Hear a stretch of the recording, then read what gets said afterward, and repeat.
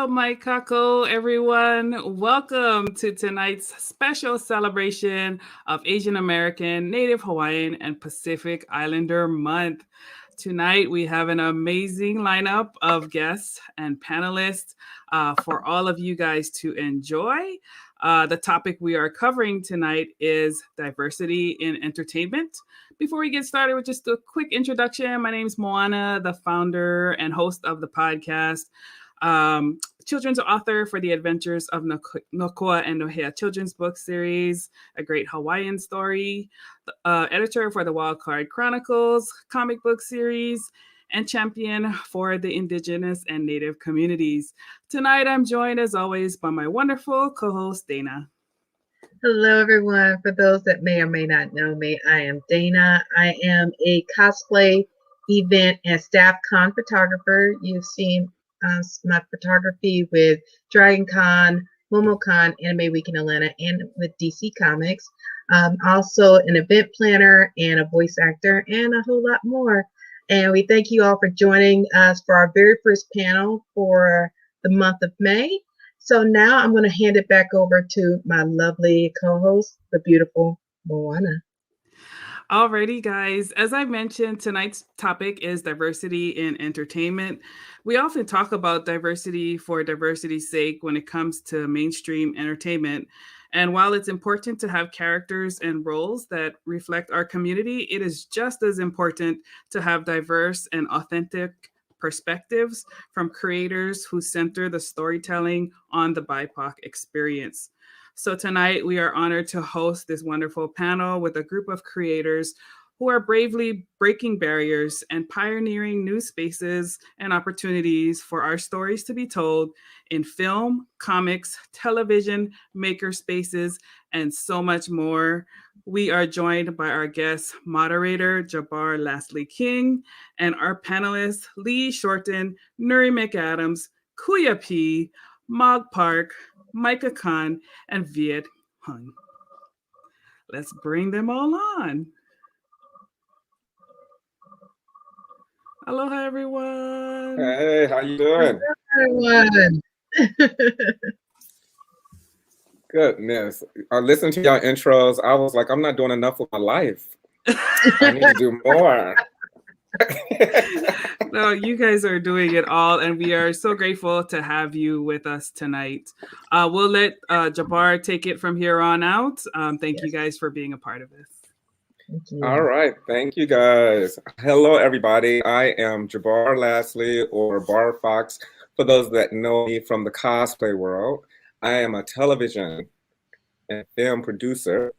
I have a lot of shows on that I produced and that I worked on. And I also did my own documentary for cosplay, which is called Cosplay Your Way in Color. So I've been busy working on everything from Genius Aretha to back in the day, I did Ricky Smiley for Real and some other stuff. But I cannot wait to talk to you all and listen to your stories. So let's start with introducing everyone and figuring out what you do and how you contribute to the industry. So I would like to start with Mog. Mog? Okay. Hi guys, I'm Mog. I'm an illustrator, and I work in many different fields like publishing company, commercials, just you name it, game company. That's it. Nice for inviting me. All right, thank you, Mog. And then next is Via. Oh, hey everybody! My name is Viet Nguyen. I haven't done comedy in in over a year, doing stand-up because of COVID and everything. But yeah, normally I make custom action figures and I make custom toys, and I stream that on Twitch. And I do a lot of stuff for indie comic creators. I make Funko Pops of their own creations where they put on as Kickstarter rewards. And then I also do a podcast about Avengers and X-Men called Earth's Mightiest Podcast. Oh, that sounds fun. All right, Kuyapi. Hey, yo, Kuyapi, aka Patrick Michael Strange. Man, I do everything, a lot of everything, because I just have so much in me to just give. So I'm honored to be here with all of y'all. I started off, I guess, as an actor way back in the day. I'm an old head. In Ace Ventura, When Nature Calls, I was a monk. And so being a monk then got me the acting bug in that, to then just everywhere from there. Got into comic art. Later on, started writing and publishing comics. Through that, some of the properties that I created got picked up. So then I jumped back into the film world and have been doing a lot of everything on both sides. Started a charity because I met so many cosplayers called Cos Love, because I believe in our representation, and which is why I'm here on this panel today. I joined up with the Nerds of Color, who I love contributing with them and producing a lot of content there. And most recently, due to this pandemic, wanting to give back to my Filipino culture, started a new show called Show Pal Show, where I just rep Filipinx in all various fields of industry, because we've been in the game a long time. So yeah, that's me, and I'm honored to be here amongst all y'all great talent tonight, and I look forward to chatting with y'all. Awesome. Lee? Hey everyone, I'm Lee Shorten. Mainly I'm an actor. You might know me from, I feel like Trent McCall from The Simpsons, but you might know me from Man in the High Castle or The Terror Infamy. And I write a little and direct a little as well. And yeah, like just want to echo everyone's sentiments. Super stoked to be here and can't wait to chat with y'all. Sounds good. And Nuri? How you doing? I'm Nuri McAdams, owner of Burning Spear Comics, creator and author of the Wildcard Chronicles comic book series, Motorcycle Club president, arms dealer by night, mechanic by day. Okay, that's a lot going on. And Micah? Can you guys hear me? Yes, we can hear you. Oh my gosh, I was having so many problems. Everything crashed on me for a second. Hi, I'm assuming this is an introduction. I missed everything because I couldn't hear anything. Oh yes, just introduce yourself. I'm Micah. I'm a filmmaker based in New York. I direct no-budget short films, write features, and doing the damn thing. Right now, I'm collaborating with Movie Maker Magazine and interviewing directors and anyone in the film industry on the craft of movie making. So that's what I'm doing right now. Well, that sounds good. Okay, so we have everything covered almost on this panel, so I'm so excited about that. So what I want to ask first, for anyone that want to jump in, you know, we didn't see a lot of ourselves in entertainment. We didn't see a lot of ourselves at the forefront, or we didn't get a lot of FaceTime. So what motivated any of you and all of you to get into the industry where you didn't necessarily see a reflection of yourself, or did you see someone that motivated you and inspired you and you wanted to be like that person?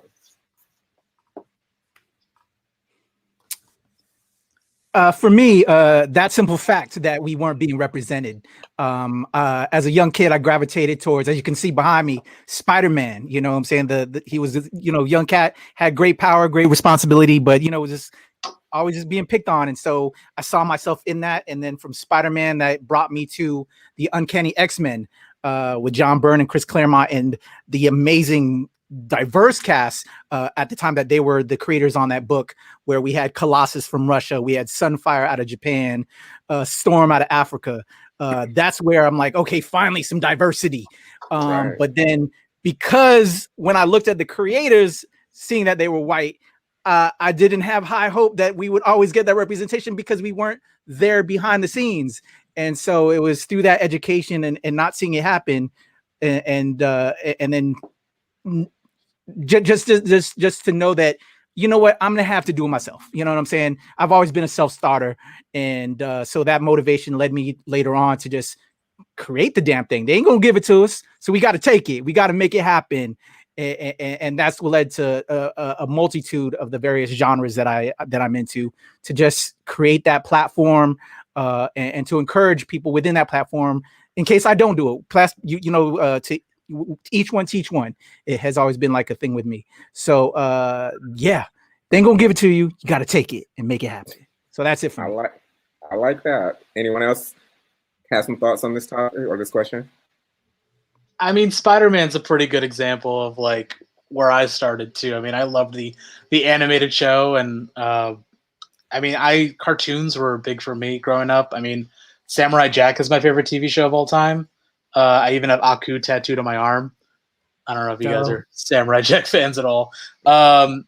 I was a little luckier just because I was really into Bollywood movies growing up too, so I kind of had an idea of what it looked like to have someone like me on screen, and didn't realize that nobody liked Bollywood movies outside of America until I was much older.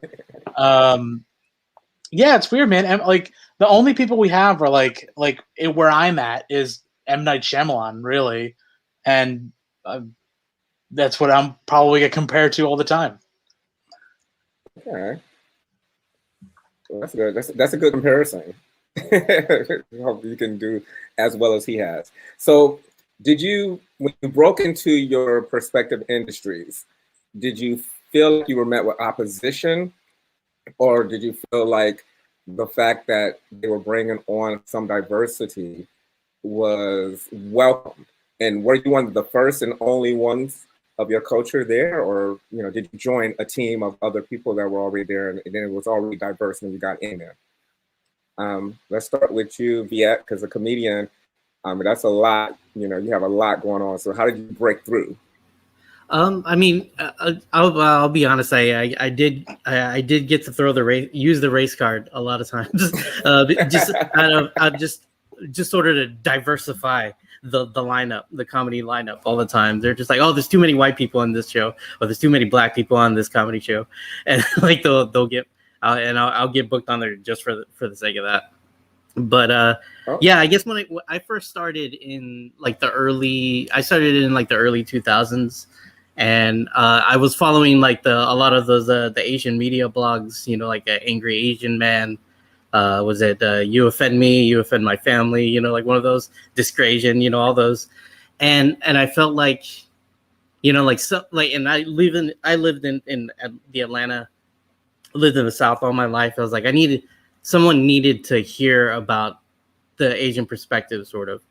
And then so a lot of my material was kind of like complaining about that kind of stuff.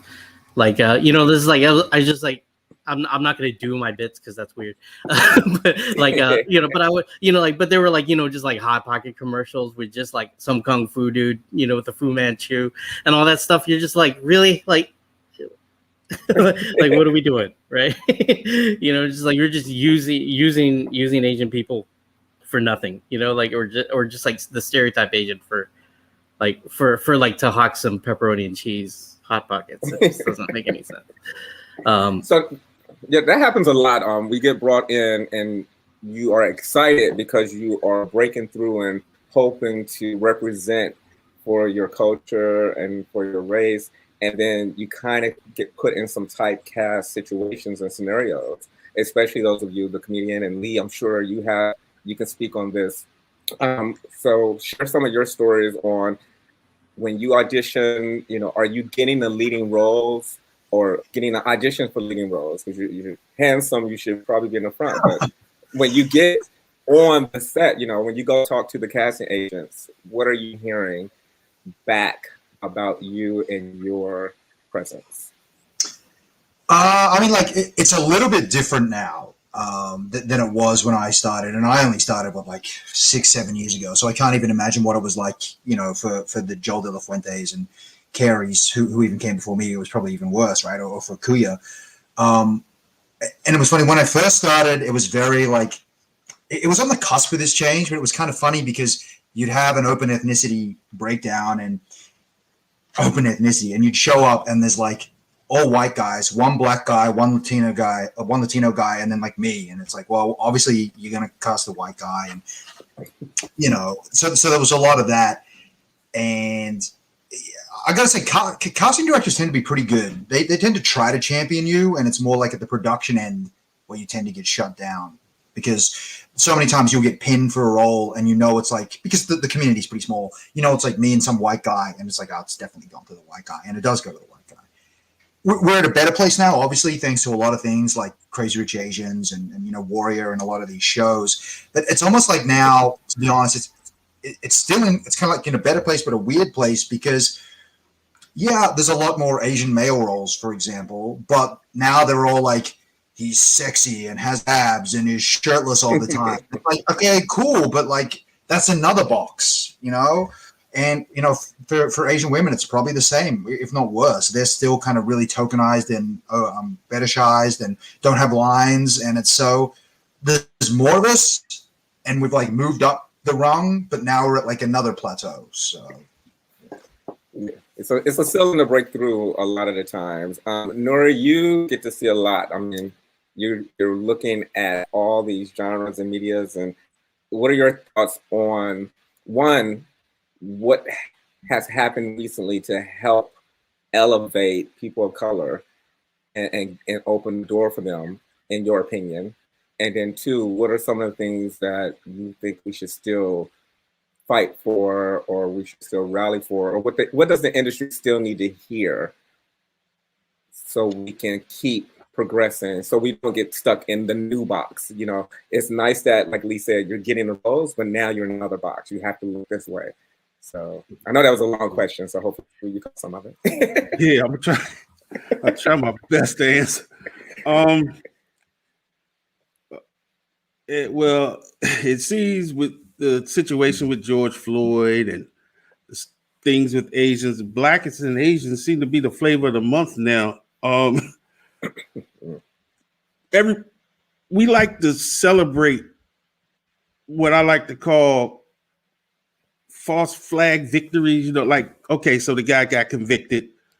He's convicted. Now he wants a new trial because he feels the old trial was tainted. What we have to do, we can't sit back and expect them to do anything for us, because they're not. They're not going to do anything for us. It's not in their benefit to do anything for us. When you're already sitting on top of the mountain, you don't have to worry about helping anybody else. Power is exclusive, not inclusive. So, just like Patrick said, you want it, you got to go take it from them. So I've always had that mentality. I see the things going on in the media, but it doesn't shake me. Even when COVID hit, I came out stronger through COVID and stronger now than I was before COVID. My businesses have thrived. I believe we can control our own destinies. We don't have to make Superman black. I know that's the thing they're trying to do now. We want to make Superman black. Why? Let them have their Superman. Let them have that if that's what they want. Michael B. Jordan said it best, because when they asked him that question recently, they got you pinned. You might be the black Superman. He's like, well, that's great. And I thank people for thinking of me in that light. But there's so many IPs out here, indie IPs, that don't get any shine. What about them? When he said that, I was like, finally, somebody gets it. I don't want you to give it to me. Let's make this black. Let's make this girl gay. It's like everybody's trying to check off a social justice warrior box when they create media, and I don't understand that. I mean, there have been strong, like for instance, I like when a story naturally flows to where I can enjoy the plot and things happen, not like it's forced. I can't stand it. I'll tell you, I just watched something recently, and man, I was blown away because it's delivery, it's writing. People may not agree, but I just finished watching The Invincibles, and I was like, whew, I was lost. I was like, this is good. The presentation, the writing, like I said, I don't want to give anything away, but it was really good without forcing it down our throat. I'll give you a good example of what I'm talking about. Women are strong. We've always known this. We've had characters. Sarah Connor was strong. She didn't have to be forcibly strong. The writing made her strong. Sigourney Weaver, strong, powerful. Wasn't forced. Xena, strong. See, these were strong women that weren't going out of their way to say to us, here we are, woman, hear me roar. You didn't have to. If you write it good, you write a really good story. I don't care what color they are. You write a good story, I'm going to like it. You produce a good movie, I'm gonna like it. I don't care if it's all Asians in it. If it's good, I'm gonna like it. So I think everybody here is on the right track. You just keep on pushing forward. Nobody can stop you. Your destiny's in your own hands. So I hope that answered your question. It did, and you open up some doors to some other stuff that I wanted to talk about as well. Right. Micah, if I could, yeah. Nora brought a great point up with, checking boxes and being put into boxes is the biggest problem that I've had with the industry. Is that, I took a meeting with a producer over at HBO, and I was pitching him a genre project, and he stopped me and said, "Why don't you write something that's Muslim?" And he's like, "I can work with that," and that's not what I do. And I agree. Like, I just watched Sex Education on Netflix, and it is a very diverse show, very full of LGBTQ characters, but it's never really brought up, and it just makes it feel like a world. Like, it's not like there's no, like, I guess, hate crimes. It's like and Schitt's Creek, right? Schitt's Creek exists in a world where that hate crimes don't exist, right? Like, that's the kind of stuff that I like. I like that, like, you can feel it when it's forced. And I think people get the sense, and it's only really catering towards white people. I'll be honest with you. Like, it's just how I feel. It's just, I feel like a lot of people of color, LGBTQ people, can see right through it. Well, that brings up another question that I had. Because of our race or our look or sexual orientation, do you feel like when you go into your respective fields that although you're happy to be there, that now you become the token person for that, and they try to just, as you stated, push certain things on you? You don't tell these type of stories, you're a storyteller, but because of your heritage, they want this from you, or they want you to approach it that way. Have any of you guys experienced that? And if you did, tell me how you dealt with it, or did you just roll with it so you can get more momentum and tell yourself you're going to change it when you get higher on the grid? Anybody want to speak to that? I'll add to that. I had a voiceover gig way back when I was doing my acting, and got hired to be the voice. Actually, initially I was hired to be the photo double in this piece for the Hispanic character, and then later on got booked to be the voice of the Asian character for the photo model that was that character. So came in to do the voiceover recording, and when I was doing it, I was just talking my natural voice, and then the director was like, "Can you speak more Asian?" That messed me up. I'm like, what? But while I wanted to walk out of there because I had already got the check and everything and all of that, and I was still young at the time, and I didn't feel I had power, Mm-hmm. So I tried to figure out what he wanted me to do, and I essentially kind of drew from stereotypes, which ate at my soul and slowed down the pacing of my voice. But so I did it, did the job, but swore I'll never work for them again. And that only just fueled my fire for later on with my own projects and just for future, going forward. But so that was my case. I've been there, done that. I'm sure other actors experience. I know I had a combo with Lee once on a project, and if you're gonna do something like that, because we are actors at the end of the day, instead of us being right there in the booth at that time, like you're right there, you have kind of like no choice. Give us some lead time in advance. Let us know what we're working with, and maybe we can prepare for that. So yeah, that was it for me, and that was a painful experience. Yeah, it happens quite often, and I had to have a few talks with people because you're working behind the scenes in television and stuff. Certain shows come on, and people are like, well, "Why would you let that happen? Why would you let them put that in?" And I get it, but they have to understand we're in a room and we're trying to steer them away from that. We're trying to fight against that. ultimately, so many people's hands get in the pot, it makes it to the viewers, and some of our stuff is not implemented. It's not that we're not behind the scenes rallying or fighting for stuff. It's just that, you know, we're there, but we're not heard, or we're not implementing what we're saying sometimes. Yeah, I had a situation where I was doing something, and a maybe 60-year-old white man came in to tell me what Black people are listening to when I was adding the music in. And I was like, in all due respect, I don't think you have a better take on what we're listening to better than me. I literally just left the club to come to work. So it's just like, you roll it back. But I was able to say that, and I was able to change it. But it's situations like that sometimes that come up, as you stated, at the spur of the moment, that you don't get any time to prepare for. And now you have a choice. Do I get the check, or I already signed this contract? I need to go through it. But it eats me up sometimes. Has anybody else had a scenario where you either played into your race too much for someone, or you just felt awkward? You did it, but it ate you up, and you just like Kuya said, you're not working with that person again. You don't have to say who it was, but did you have a situation like that, similar to that? Lee, you got to have had scenarios. I mean, in the acting world, it's rough. I want everybody to know how hard acting is.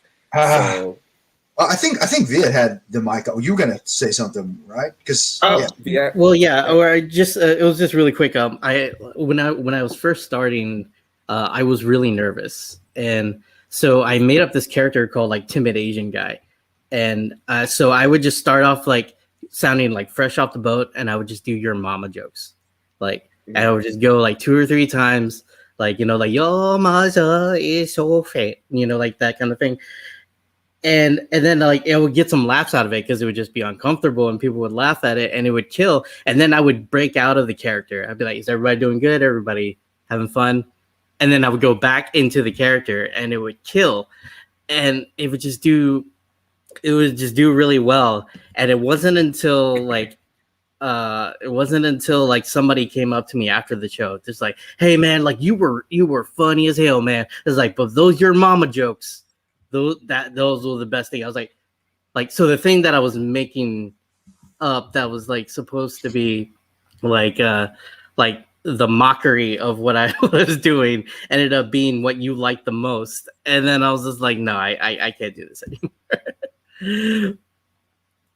I was just like, yeah, no more. Yeah, it gets like that. And Lee, were you going to add, or did you? I mean, like, it happens a lot, you know, and I just like so many stories. And I will just say, though, it's like, and not to be like moderate guy, because I'm not really that guy either, but it is like, especially with accents or whatever, it's definitely like a case by case, because I've got a lot of friends who are very just like generally anti-accent, which, you know, the thing is, like, I love accents, and I think in some ways accents are truthful, because like a lot of our parents have accents, and like accents are beautiful in a way. So I'm always like, honestly, if you want an accent, what is its role in the story? Because if it's about like you're playing a first generation immigrant and the accent isn't the butt of the joke, then sure, I'll do that accent, and I'll think that that's appropriate. And in some ways, that's like honoring the generation that came before. But it's when it's like, which unfortunately is like 95% of the time, when it's you know, like the butt of the joke or whatever, then it's like, that's really uncool. And what do, right? It's tough, and you're in the room and there's all these producers and you need a job and you have power. But the one thing that I found was good that someone else told me, and apologies to whoever that was because I forgot, you kind of put it back on them. Like things like, oh, okay, so what like maybe say that, oh, we want like a Chinese accent. You're like, oh, cool. What region would you like? And they can't say it, right? Or you're like, oh, you're just really dumb. I don't really. Sorry, could you just give me an example? If they're like, we want Asian flavor. Oh, can you just give me an example? I don't really understand that. And there's no way they're going to be like, oh, yes, sir, we want you to talk like this. Like, they'll never do that. And then you see the wheels in turning and you see the uncomfortableness. And then they're usually like, oh, well, maybe we don't need it. Maybe we don't need that. And you're like, oh, cool. Okay, well, you know, that's cool then. So that would be my kind of contribution to the story. Nice. That's actually a good tool to use. I mean, I've implemented that sometimes as well. And it's wonderful to see how people are not able to articulate their biases or go as far as they would have gone. They want you to assume that that you're going to do what they want you to do. But I love what you said. Put them on the spot. So, Mog, I am really interested in your career. I'm interested in what did it look like when you became an illustrator and you walked in the room with other illustrators? Who was there? Were you represented? Were you the first? Were you the only woman? Like, tell me that experience and let us know what it was like for you. Well, to give an example, since everyone's here, like somehow tied in with the commercial world, one of my major gigs I was thankfully working with was the HBO Game of Thrones, and luckily, thanks, brother. Luckily, I actually only directly communicated with the directors and the producers. I never really got to contact other artists. I know there's numerous artists out there, but I was more like I work remotely. And the funny thing is, I think because my name is so masculine, like Mog, it's like a very unusual name. So after like several years working for them, one day I got a call from one of my producers because there was a problem with the payroll. And when I answered, he was so shocked. It's like, oh my God, I thought you were a dude the whole time. So, I mean, other than that, it was fine. I mean, unlike you guys who have to use your own face and body as a tool, art, the incredible thing about art is, visual art, it's just an image. It's not about race or anything. It's about communication. It's about image. And all they ever care about is, are you telling the story through the image? Are you conveying the information correctly? And if you do that job correctly, whether you are like a female, male, or any kind of race, it doesn't matter. Like luckily in the industry that I worked in, there was nothing. I've never really felt knock on wood, like luckily I've never felt that. It was all sometimes I was a bit scared, like, oh, if they know that I'm a girl, or oh, if they know I'm like a minority. But you know what? It was never like that. At the end of the day, nobody knows who you are. They don't even know what name is attached to the image. But if they like the image and it resonates with you, that's a job well done. I mean, that's how the industry in my side works. So okay, that's good, because the work speaks for itself. It's rare for a lot of us that have to, like you said, be in person. And I love that you brought up the name, because my name, I don't know about the rest of you guys, but sometimes when I send stuff in, my name is so different that they automatically assign races and heritage to me and different things. Sometimes that could push me out of contention. And it has, from what I learned sometimes, but it's interesting, all of the many ways we have to navigate the field to be in entertainment. So my question for all of you now is, what are you doing to push diversity separately, maybe alongside your skill set or your job, or something differently? For example, I worked for Magic Johnson, and I got the opportunity to come up with a series where I spotlighted people of color doing things that people didn't expect them to do, surfing, making chocolate, just to spotlight those things, to show all the diversity. So I really enjoyed that, because I wanted to spotlight something else other than sports. Although I love sports and all that stuff, I just wanted to let it be known that we can do other things and do it well. So I wanted to ask all of you, do you have a project that you're working on, or something that you do on the side? I know Kuya P, you was talking about Cos Love. Shout out to that. I have Cosplay Your Way, so I definitely am in sync with that. So let's just start with you, Kuya, since you already told us a little bit about it. All right, definitely, man. And I've been a fan of Cosplay Your Way for a long time, brother. So I kind of feel like I know you. So I'm looking forward to connecting with you once we can actually do conventions and shows. Would love to collaborate. Definitely. Definitely. Thanks, man. So as I kind of brought up earlier, like last year with the pandemic and everything, Show Pal Show was the first thing out the gate that I wanted to launch to rep for my Filipinx people, knowing how long we've been doing it in various fields of industry. I wanted to make that happen. And so far it's been amazing with the Filipinx community coming together and supporting the show and promoting all of our people.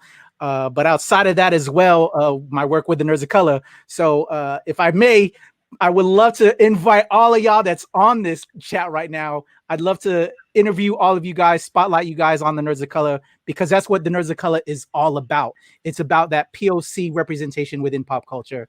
And that's what we've been doing for years. And would love to have you all on for a chat and promote everything that y'all are doing. So that's what I'm doing. We do it daily. You know what I'm saying? We don't stop. I just came off of interviews of the Army of the Dead right before this call, repping with that amazing film and that representation. So I'm always doing it. That stays on my mind 24/7 because I have a little girl that needs to be seen and feel seen. She's half Black, half Filipino. My wife's Black, I'm Filipino. And that's what's so important to me. It's for her to see that representation. And that's what I'm going to do daily. And that's my grind. So yeah, man. And love y'all. I'm so inspired. Okay. Yeah, I'll come on in anytime. So just let me know. All right, Viet. So are you working? Yeah, the same question. I like I said, I make custom toys, I make custom Funko Pops and stuff like that. And I've been super fortunate. Oh, sorry, my mic got disconnected. Sorry. We can hear you. Oh, you can hear me? Okay, good. So yeah, I've been working with a lot of indie comic creators, and they just happen to be creators of color. A lot of indie creators and stuff like that, and it's been really cool to work with their Kickstarters and being able to make like merchandise for their characters, right? So it's been really cool to be able to showcase that or make everybody's characters look like legit, and that's been really cool. Oh, that's awesome. I think I want one now. I just put it in the message. I want one of those. Just let me know. I can do that. You know, I have so many characters. I'm just gonna find one and sit. Oh yeah. This from cosplayers to just Funko Pops of people. I've been doing that kind of thing, or I've been making action figures of people and everybody's kind of creations, and it's been really cool, like to see people's like indie creations and stuff like that come to life and like have. So wow, that's nice. All right, Mog, are you beating your own trail? Are you taking the bull by the horn in some certain ways that you can share? Yeah, I agree with you, Viet. I'm really a huge supporter of indie comics because I think that's where most of the real creativity is now just being pushed to, where you have real creative freedom. So this mid-May, I have several cover works I did for a couple creators, so please help them out. I'll post it on my Facebook and support them. And also I'm now working with a creator, and we're both creating a comic together. So that's super exciting for me. Oh, nice. That is awesome. And Micah, you have like all this power as a filmmaker. Like you could rearrange things, you can influence things. So how are you using that power? How are you using your color to tell stories and your heritage? Yeah, what are you doing?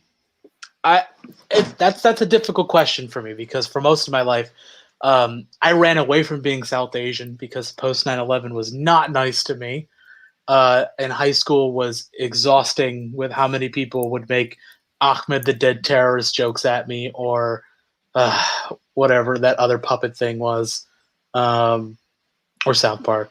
I'm only now learning more about myself, if I'm being honest with you. Like this past year, I've really started to mine my experience and figure out more about me and what that means in the South Asian equation, I guess, and figure out what I like, who I am, and how my upbringing influenced me. How I use my power, I guess. I don't usually think about it, honestly. If like the diversity thing for me, like I am diverse, so my cast and my movies end up being diverse. It's like it's what I grew up looking at, like my friends were Black, Latino, and Asian growing up. That's what I'm gonna cast. That's the way I see it. And mostly just use that power to get in Twitter fights, honestly.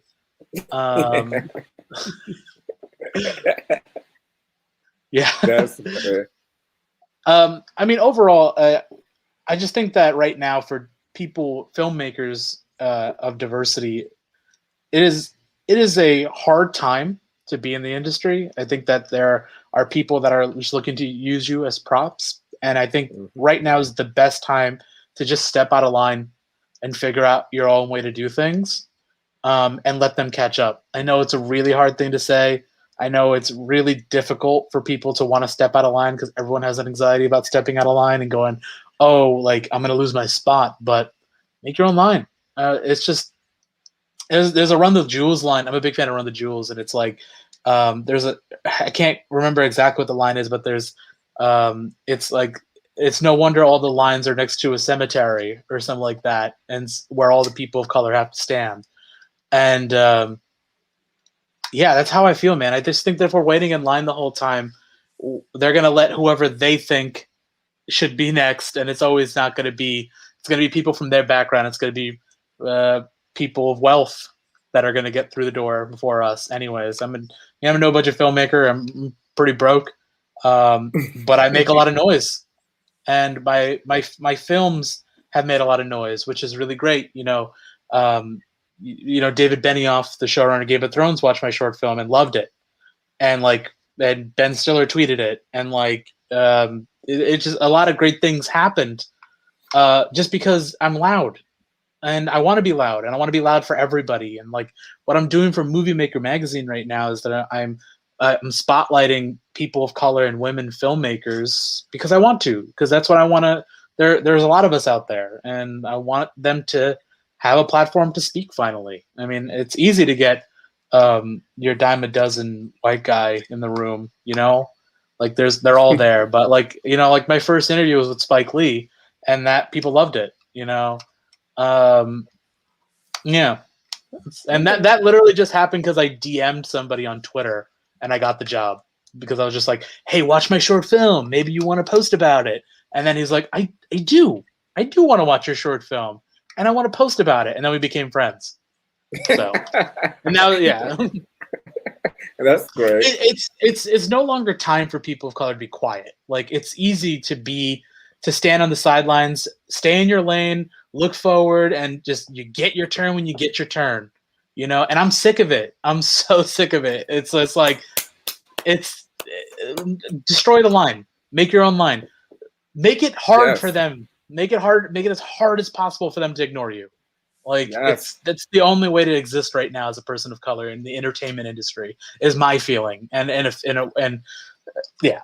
Okay, well, thank you. I'm so on board with that. Nuri, things that you're doing to break the mold, to keep us progressing forward. Well, I'm doing a lot. Let's see, where should I start? One thing is, I agree with Micah. You have to be loud. Awesome. I can't stand going to like a convention. I'm like, all this stuff looks alike in here. I mean, it's like somebody gave them a playbook and I break the rule, but I throw that out. I do. And even Patrick could tell you, when I set up at a con, I'm loud. I'm very loud. My setup is huge. If I'm there, I don't care if it's Baltimore Comic-Con or New York Comic-Con. I'm on the main floor, set up near the Marvel stage. I'm loud because I let them know I'm knocking on your back door. I'm third generation military, Marine Corps. I take it by force. I'm standing looking at that Marvel stage, like, man, this is great. Now it seems weird, but a few years ago, I want to say it was like 2015, 2016, something like 2015, and I'm on the Marvel stage, and I'm meeting Stan Lee for the first time. And I'm looking at him, I'm looking at his handler, and he's signing something for me. He looks up at me, and what I give him to sign is a calendar of the females in my comic book. Okay, and he looks down and he looks up at me. These pretty women. I'm like, yeah, and he goes to sign it. And you know what I'm thinking the whole time? I love you.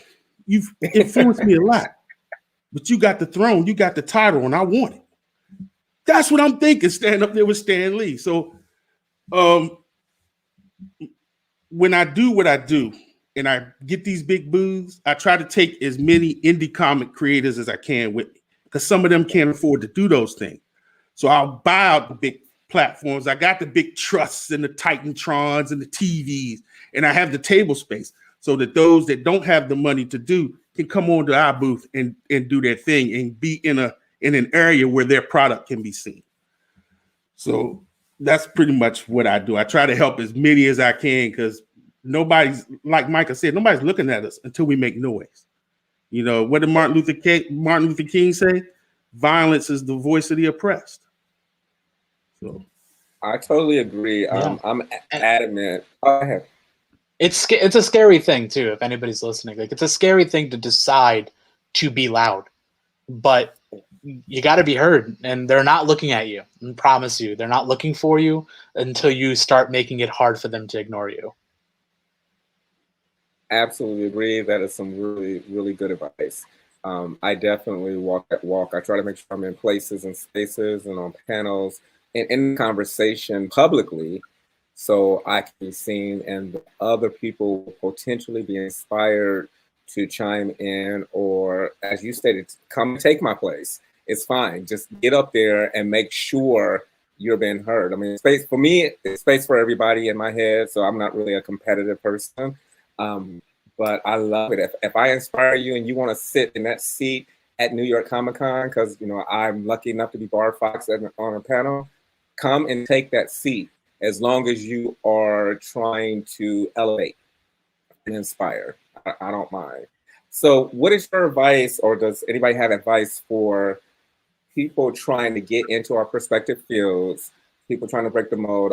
I can argue a little that it's a little easier now, because the world is saying, oh yeah, diversity, we love it, we want it. But what advice would you have for people trying to get into your field, and what should they avoid as they come in your opinion? So anybody want to touch on that? Well, a lot of research. Definitely do research. If you're breaking into this field, first you got to do what you love. You're going into any business venture, you have to love what you do. If you get into it for the money, it's not going to last long, because as many doors as open, twice as many closed before you get there. So you got to be, patient, strong, and love what you do. Don't sell yourself short. I think every year at San Diego, the thing that I hate to see the most is when I'm upstairs in that area where DC, Marvel are set up, and all these people got these IPs that they created and begging to get into Marvel or DC. You really want to give them your product? Really? You think they're going to do your product justice? They're going to take what they want out of it and throw the rest away. So I don't understand. I mean, I've seen so many talented people. You really want to get it? You can do this yourself. You don't have to go give it away to them. So yeah, I think that's the thing I hate to see. And like I say, it goes back to being loud. You have to dare to be different. You have to. People, when you say when you kicking the door in, I think the best example of that, of color barriers being broken, was in the early 80s. I mean, MTV wouldn't show people of color. It just wasn't going to happen until they couldn't deny us anymore. because one guy thrilled us, moonwalked across the stage. The other guy danced across the stage talking about a little red Corvette, and they couldn't deny us anymore. You can't, because that's what people wanted. So those men dared to be different, and because they did that, they're legends. Michael Jackson and Prince, in case anybody didn't know, like, what are you talking about? but that's my take on it. You got to take chances. You got to take risks. My daddy used to always say, son, people that don't take risks never go anywhere in life. So you got to take risks. Everything's, even the stock market, it's a gamble. Risk big, win big. So, well, kudos to all of you, especially to Micah included, that you guys are interviewing people and spotlighting people, and you know, you're putting indie artists in your booth that wouldn't get a chance. That I think is very paramount for pushing our voice and making sure we're heard. Because when you get to a certain stage, and you guys can let me know if you agree with me, I feel like we have a responsibility to pull up and uplift. And I don't know if people did that well before. I'm sure some people did, but I just think we need more of it. I want to see more of it. And I love that you all are taking these opportunities to spotlight people and you're showcasing them. I'm actually enamored. Like, I'm excited to sit with you, Kuya P, on your show and stuff. I'm like, this is how you spread the word. And making sure your voice is heard as people of color is what we have to do, and we can't be silent anymore. And I appreciate everything you guys have said, and I hope that everybody that's listening appreciate it. Wanted to also ask you, and I think you touched on it a little, Nuri, like, we made some small strides with diversity and inclusion in entertainment. So what, if anything, would you all like to see implemented or changed going forward to help us continue a positive progression with our diversity and inclusion? Okay, we'll go with Mark. We'll put you on the spot. Can you, sorry, repeat that? Yes, sure. I said we have made some small strides with diversity and inclusion in entertainment. So what, if anything, would you like to see implemented or changed to help us continue to progress positively? I kind of agree with what Micah said. Like, you gotta have a good story first, you know? So just keep on improving your stories. Like, don't force, like, don't try to, I say, force agendas. Focus more on the craft. Just focus on excellence. Just producing art. I mean, that's what it is. It's a skill. As long as you focus on beauty and excellence, people will just generally respond throughout the entire world. Just focus on that, and then I think the rest will follow. Okay. And now that there are so many ways to get content out, at one point I was like, oh, oversaturated with all this stuff. How do you guys feel the many platforms, the many lanes to get content out is affecting your stories being told or diversity? Do you think it's helping, or do you think it is kind of falling short, or people don't know that you exist, or people are not seeing you because you need to be on the mainstream things? Does anybody have any thoughts on that?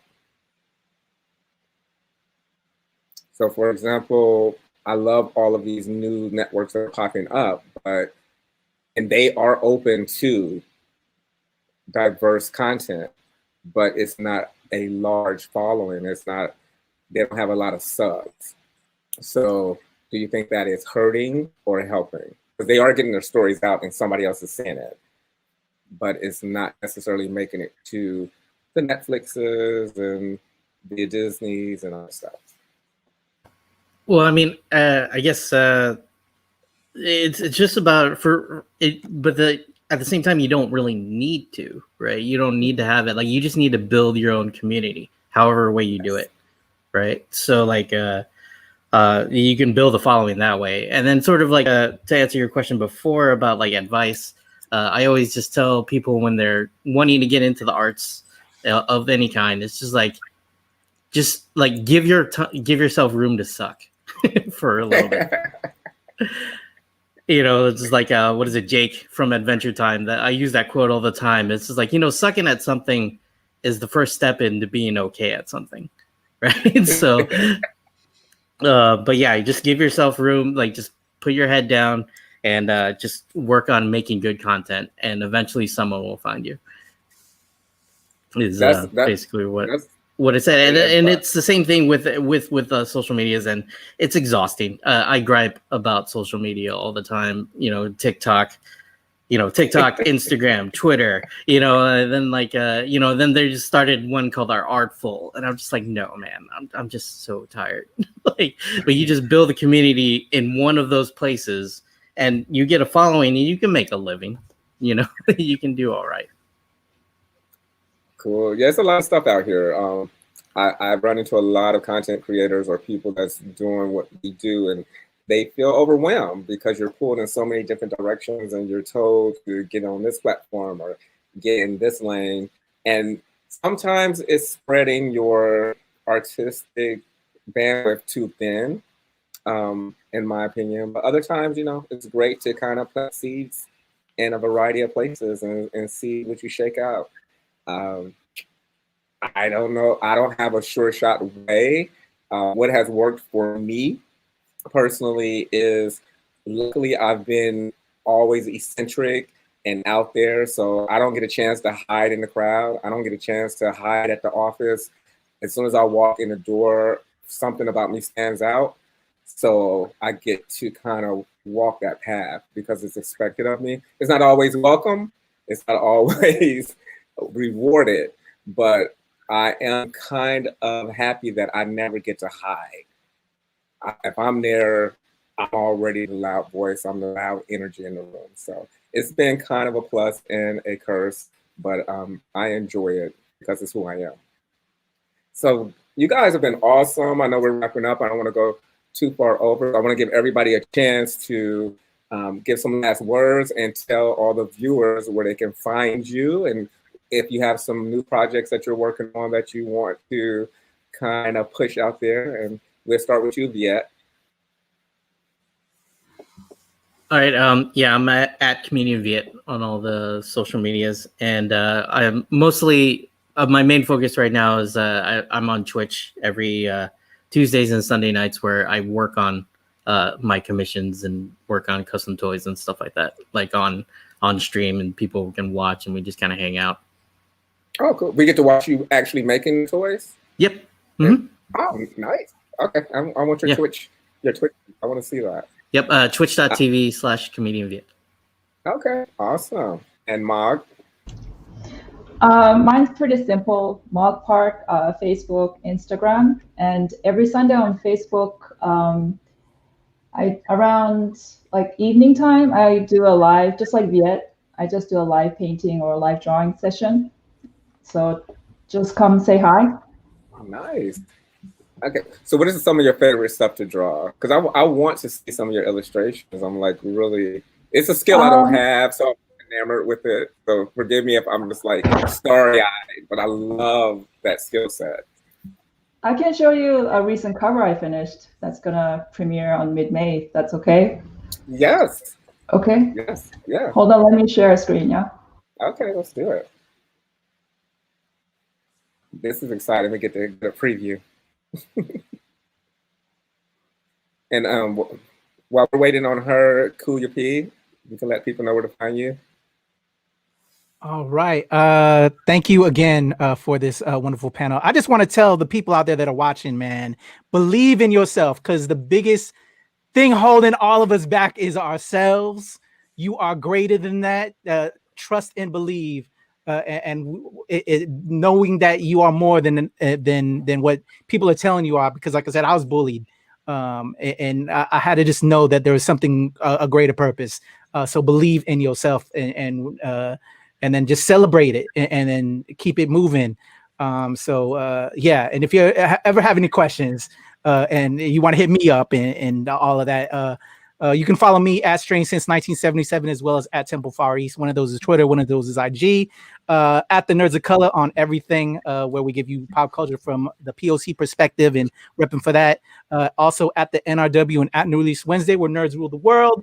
And at Show Pal Show, where I rep Filipinx culture and what we're doing in various fields of industry. But yeah, that's me. And I love y'all, man. We got to just show love and support each other. And that's how we're going to overcome this adversity and show that diversity is beautiful. And look at that dopeness. Wow. Mark Park, killing it. Mog. Good God. I love it. All right. Okay, so tell us a little bit about it, if you can, or, what is it for? You said it's a cover that you just did? Oh, sorry, I forgot I had myself on mute. So this is a cover for Spectres and Savanian. It's loosely themed by the tarot card, the Tower. That's why you see the tower crumbling down here. Okay. And it's a mashup of Egyptian, Native American, and some Indian / Western occult. So this is just borderless. Okay, so this is a borderless version. And in Native America, which is really interesting, the owl is considered demonic. It's very bad. Mm-hmm. So that's the borderless version. And then this is the border version. So the true meaning of all of that symbolism in the tarot is like all coming in together. You can see like the card Tower is actually a very bad card. It's worse than death, actually, the meaning. So all the bad things that could happen to you, like accident, like just the end. So there are plenty of symbolism going on, but this is just, one of the cover arts I just finished. So look out for this on mid-May. Thank you, guys. Okay. Thank you, Wow, guys. we got a preview. I'm excited. Okay, Lee, where can we find you? What can we see you in? What's coming up for you? You can catch me at LC Shorten on Instagram and Twitter, although I'm mainly on Twitter. And then I got a show on FX at the moment called Cake, the newest season of Cake.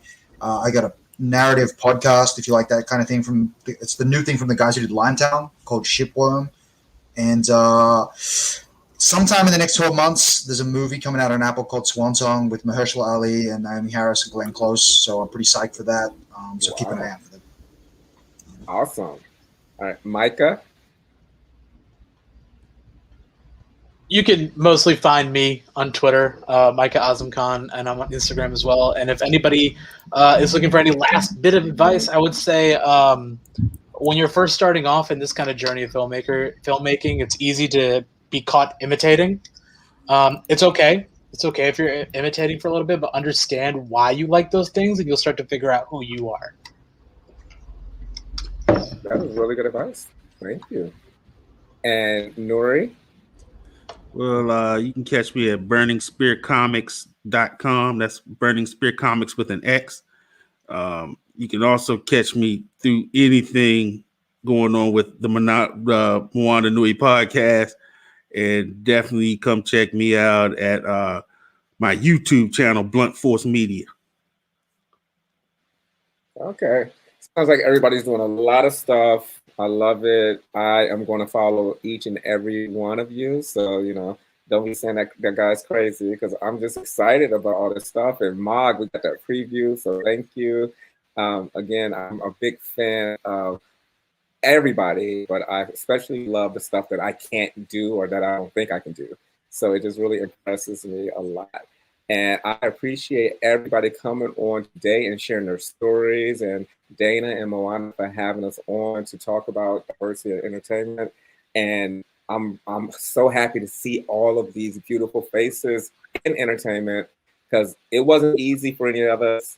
We had to overcome some stuff. We had to deal with issues from our family and friends telling us how to approach things and what not to say and how to say it. And I commend all of you for your strength, because for you to be sitting here today, you persevered in a lot of amazing ways.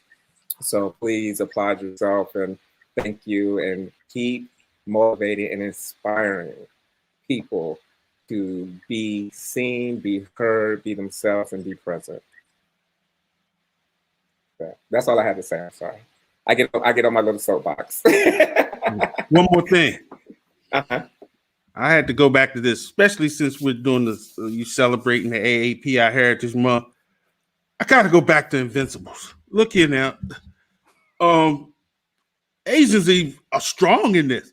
Yes. Sandra Oh, Korean. She's Yes. the mother. Steve Yoon from Walking Dead. He's invincible. Man, check Yes. that thing out. I'm telling you, it's a lot to process. I think I'm going to have to watch the whole series again. Because it's a lot to process. I'm ready for season 2 right now. They need to start working. Yeah, my girlfriend and I almost binged it today. Almost. Oh, Then we were like, oh, we have to work. Whoa. It's so Bobby amazing. Kirkman. I'm on your team. The menagerie that they have in there, the characters, the fact that they are getting it right with diversity and inclusion, and there's so many people represented. And it's not that they are just tokens. They have a place. The writing's good. The implementation is great. So you're not just saying, oh, they need the one black guy or the one black girl or the one Asian guy. You're actually, this is great. And I cannot agree with you more. So, it's gory though. It's very gory. Yeah, it's pretty brutal. One of my Marine Corps buddies that I served with, he told me, hey, you need to see it. I said, okay, I'm going to check it out. Yeah, I got to talk to him. We got to have a discussion because this was pretty powerful. I didn't expect this. Normally I can watch stuff and I can pretty much predict, okay, this is what they're going to do. I see where this is going. I see the SJW check boxes being checked. Not with this thing. I mean, it blew me away. I was like, boy. Well, that's good. That means that other people are in the room. They killed it. Thinking out the box. That's what I like. All right, cool. Well, thank you again, everyone. Definitely from Nuri, check out Invincible. They should send you a check because you're pushing it.